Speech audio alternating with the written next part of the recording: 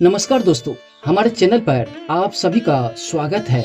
अकबर बीरबल की कहानी में आज की कहानी है घर का भेदी लंका ढाए। दोस्तों, इस चैनल को सब्सक्राइब नहीं किए हैं तो चैनल को लाइक सब्सक्राइब जरूर कर ले। तो चलिए कहानी की ओर बढ़ते हैं। राजा अकबर के राज्य में एक बार उनके पुत्र के पेट में एक सांप चला गया और सांप ने राजकुमार के पेट में ही अपना बिल बना कर रहने लगा। पेट में सांप के रहने के कारण राजकुमार का स्वास्थ्य खराब रहने लगा और उसका शरीर दिन प्रतिदिन कमजोर होने लगा। अकबर ने बड़े बड़े वैद्यों से उनका इलाज करवाया, परंतु उससे कोई सुधार नहीं हुई। राजकुमार की यह हालत राजा और रानी से देखी नहीं जा रही थी और वे भी बहुत उदास रहने लगे। अपने माता पिता को इस तरह उदास देखकर निराश और परेशान होकर राजकुमार अपना राज्य छोड़कर दूसरे राज्य चला गया और वहां एक मंदिर में भिखारी की तरह रहने लगा। उस राज्य का राजा बलि था। राजा बलि की दो पुत्रियां थी। उसमें से एक पुत्री राजा से वही बातें कहती थी जो कि राजा को अच्छी लगती थी, जबकि दूसरी पुत्री राजा से सच बात कहती थी। दूसरी पुत्री की बातें राजा को अच्छी नहीं लगती थी।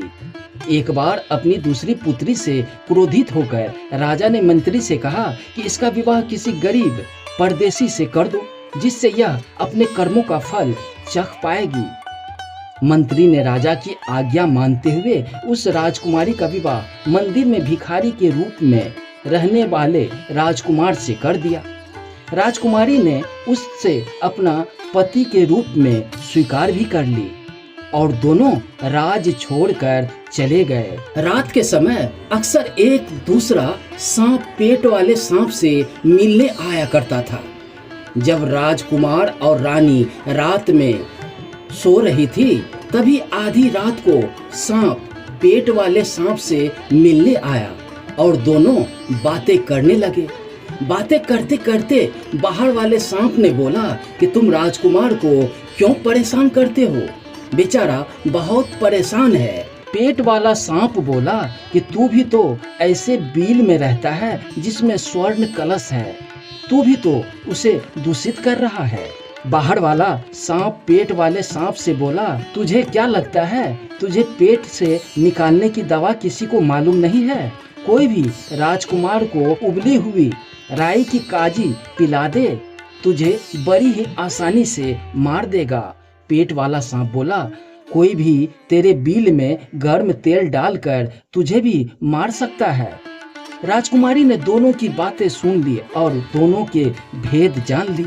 राजकुमारी ने सांपों के द्वारा बताए गए उपाय से दोनों सांपों को मार दिया।